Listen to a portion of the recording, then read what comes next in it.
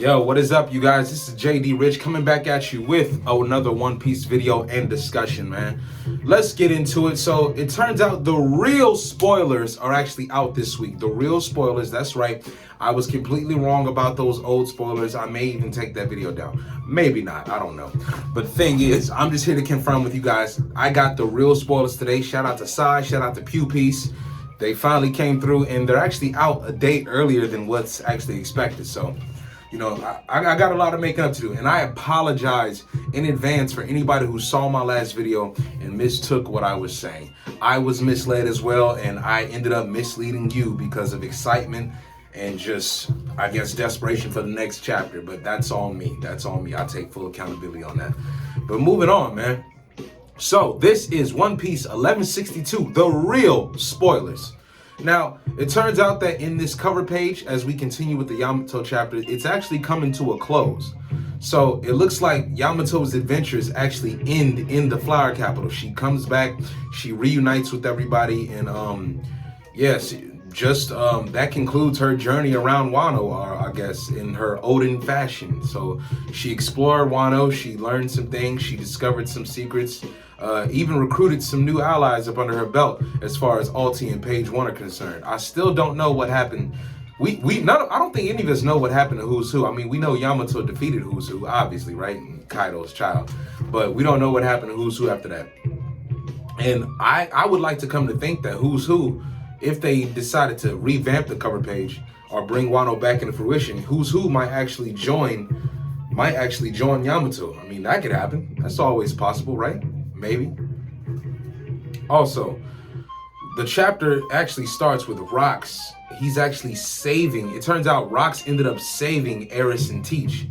Turns out he saved them. Now, it doesn't go into details of how or anything, but like we can predict that he probably got them to safety or on some type of boat, because it goes forward to say that Eris actually told Rox to meet them in Lelucia. Of all places, Lelucia, right? The place that got struck down by what we can suspect is a manufactured ancient weapon or an ancient weapon itself. But Lelucia, as we know now in the current story, because not in this flashback, but in the current story, Lelucia ain't here no more. Lelucia is bye-bye. They set that thing up, man. From above. Oh, man. R.I.P. to Lelucia and everybody on there, man. But that was just sick the way they did that. But yeah, Eris is actually telling Rox to actually meet them in Lelucia. So this has got me thinking. I had to stop for a minute because we're suspecting that Eris, I think most people in the community, most people in the community are expecting Eris to actually be from God Valley, as well as Shanks' mother. Now I don't think that's wrong to actually expect that or suspect it from either side, right? Because we're meeting both of their mothers on God Valley. Despite us not even getting title boxes, we're meeting both of these women who gave birth to our future head-to-head Yonko, or red and black Yonko today. We're meeting both of these women here on God Valley. No title boxes yet, no background of family whatsoever on these women. But it could be considered safe to assume that they're both from God Valley. However, they may not be. Maybe one of them is from God Valley, the other isn't, or the other way around. Either way, Eris told Rox to meet them at Lelucia. This has got me thinking, what if this woman is from Lelucia? Like, what if Lelucia is the homeland of Blackbeard's mom, but God Valley itself is the home, obviously, of Roxy Zeppic, you know? Because God Valley is the home of the Davy clan. And we have Davy D. Zebek. Like, obviously, God Valley could be Rox's natural home of origin. And I'm just gonna go and say that it is for the most part. But as far as Eris goes, Eris could be from Lelucia, and who knows if Rox actually, given that she mentioned Lelucia, who knows how many times Rox has actually sailed to Lelucia and in general in his times on the seas. Because if Rox did go to Lelucia, he obviously met her there. So what if Rox actually met Eris in Lelucia and she decided to migrate to God Valley because she fell in love with this man?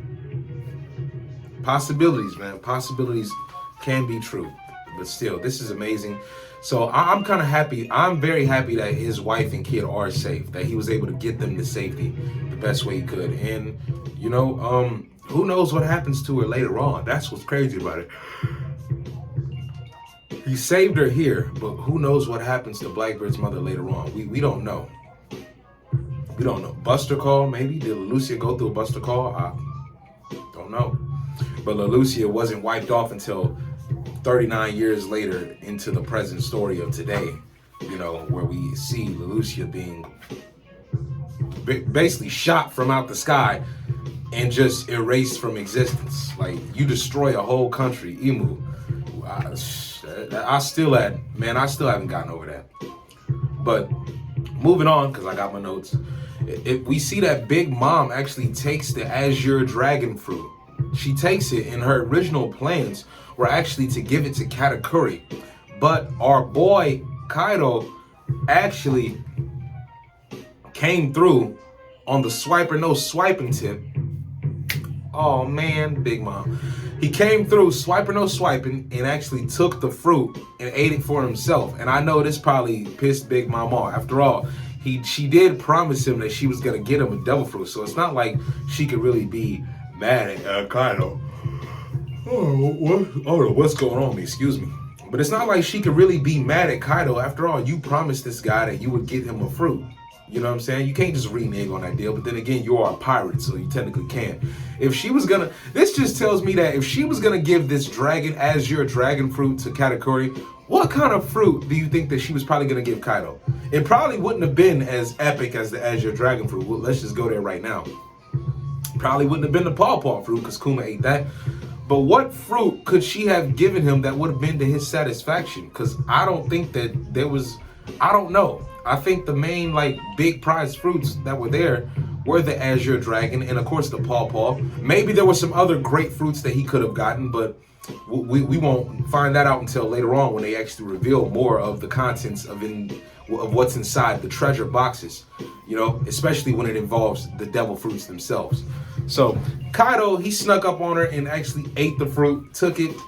Hey, I got my power now. I'm a dragon. Cool. Yeah, so I got to give Kaido props on that one. He got tired of waiting around. He knew what he was there for. He didn't waste his time, and he just got it. Like, what can you can't be mad at that. Big Mom, you could be, I know Big Mom is fuming right now. Because think about that. Think about what would Katakuri got the Mochi no Mi. Could that have been another fruit that actually Big Mom took and decided to give to him thinking that it was going to be something powerful, you know? And what kind of knowledge did Big Mom have on devil fruits? Because I know it was probably vast, given that she has underground connections and whatnot. I'm pretty sure Big Mom would probably have her hands on a devil fruit encyclopedia. So, yeah, and the thing is, was the Mochi fruit around this time? Perhaps. Because we don't know when Katakuri actually ate his devil fruit. And more than likely, we do know that Big Mom more than likely gave him his devil fruit. So, Mochi, Azure Dragon. That'd be crazy. I ain't gonna lie, seeing Katakuri as a dragon, that would be crazy. Like, that would be insane. Like, seeing a Katakuri, man, who knows? I think that I wouldn't even mind that. That would actually be kind of cool.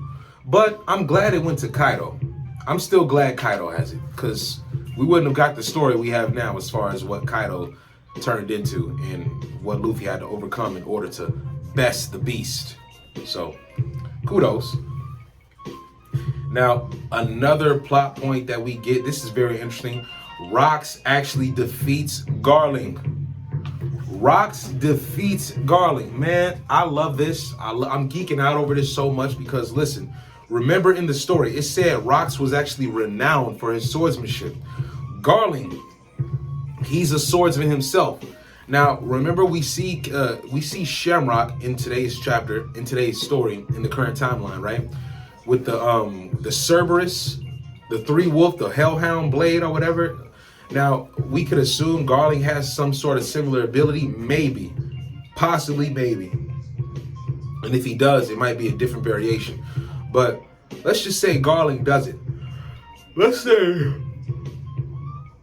don't know what I'm yawning for. I don't know why I'm yawning. Let's say Garling does actually have a sort of ability with his swordsmanship. What, like, could it be a three-headed beast, something of the sort? We don't know. But I'm just gonna say it could be a three-headed wolf, maybe. But if I were to even remove that assumption out the way and assume that Garling doesn't have some type of fruit ability with his swordsmanship or some type of supernatural power-up with his swordsmanship at all, let's just say it's straight hockey, all right? Because after all, Shanks and Shamrock, well, we know, because listen, Shanks has Conqueror's Haki. Could we assume that Shamrock has Conqueror's Haki as well? For the most part, we can. Because after all, it's like Conqueror's Haki, you can be born with it or you can unlock it. Now, I'm pretty sure that Shanks was actually born with it for the most part. Maybe Shamrock was too. Who knows? And we don't know if Garling can we don't even know if Garling has it. You know, we don't even know if Garling has Conquerors. But yet, he's the father of both Shanks and Shamrock. Now, Conqueror's Haki can be hereditary. Because after all, Garp passed it down to Dragon. Dragon passed it down to Luffy. You can be born with it. You can. And you can also earn it. So it's a 50-50 toss-up on whether Shamrock and Garling actually have it. But we do know Shanks for sure has it. And he's a master of it at that. So I'm not saying that Shamrock and Garling are hockey masters. All I'm saying is, could they have Conqueror's Haki? Because for Rocks and Garling to really go at it, you know what I'm saying? We can all, from what everything we've seen in this flashback, Rocks, I would put him. He's a very avid. I'm not even gonna say master, but he's a very, very skilled and proficient Conqueror's Haki user, especially with the way he does it in his swordplay, as we saw when he hit Loki and whatnot. Like, that was intentional, the way he used his Conqueror's Haki to hit Loki. It's not like he really tried to kill him, but he didn't waste no time hurting him at all. And the fact that the title box and the narrator mentioned that Rocks was renowned for his swordsmanship. So, given the fact that he was renowned for his swordsmanship, I wouldn't suspect any less for Rocks to have some type of very skilled level of Haki control and Haki use at that.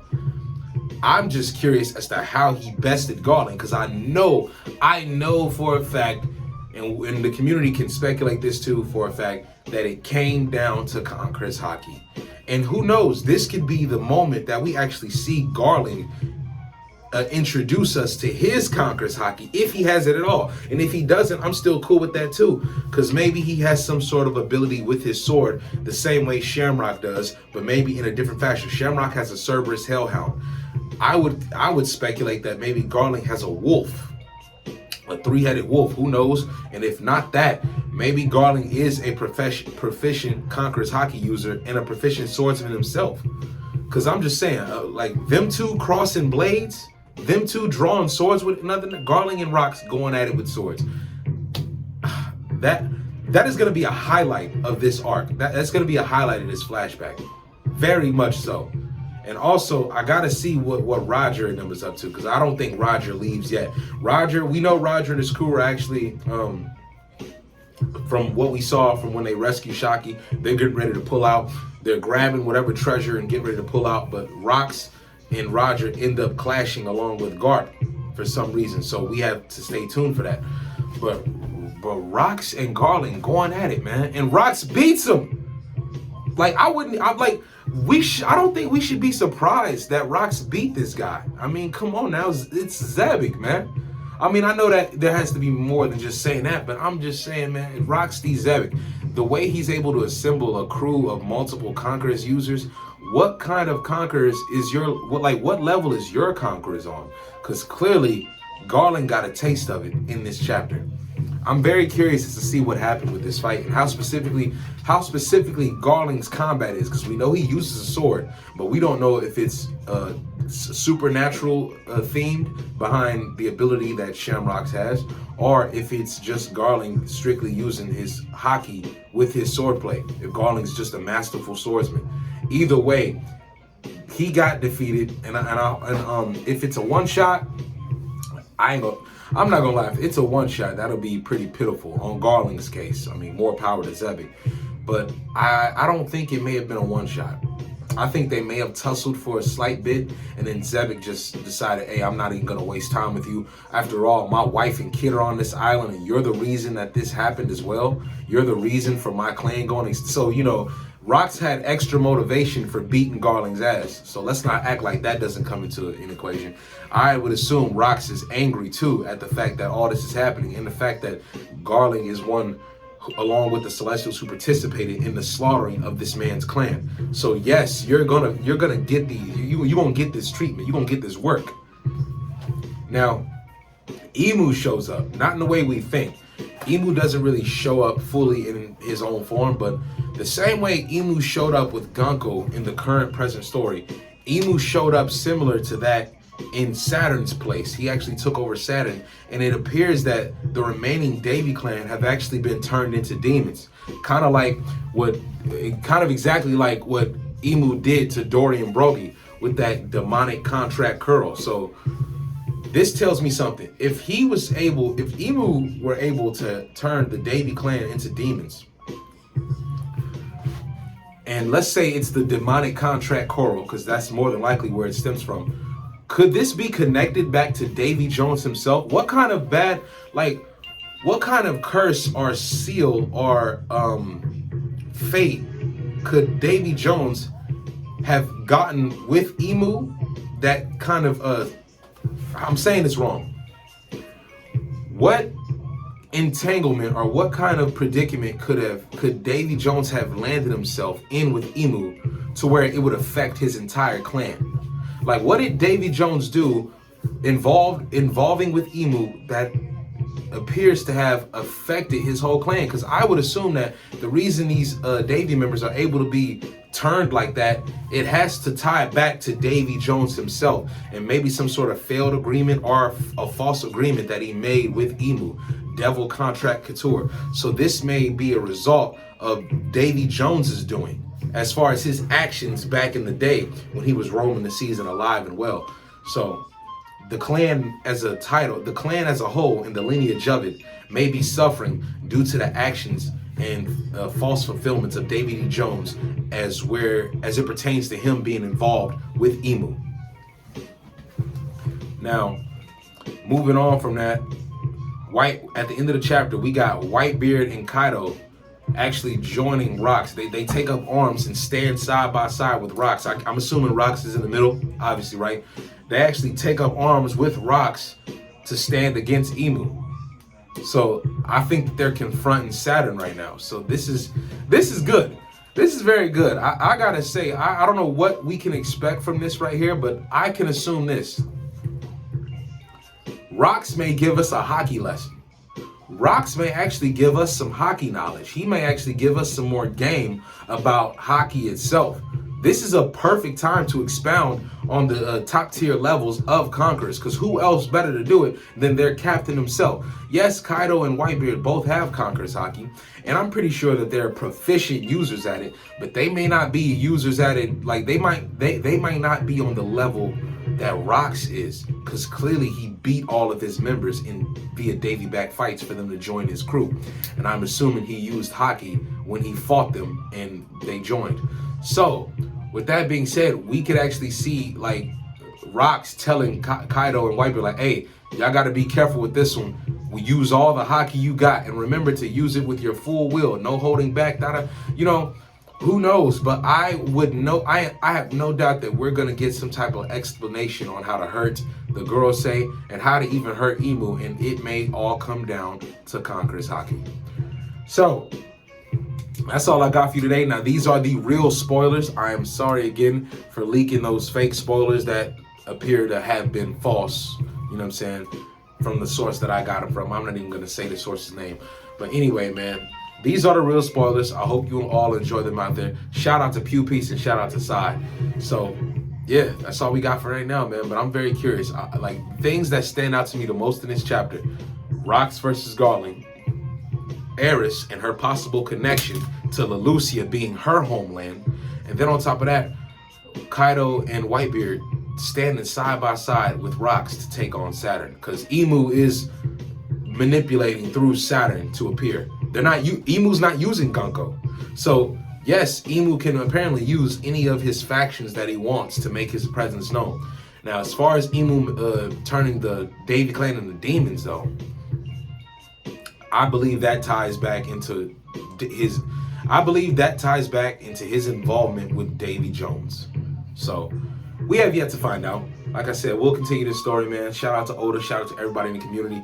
Thank you so much for tuning in. And peace, man. Remember, this is JD Rich signing off. A piece of life is life in one piece. Peace.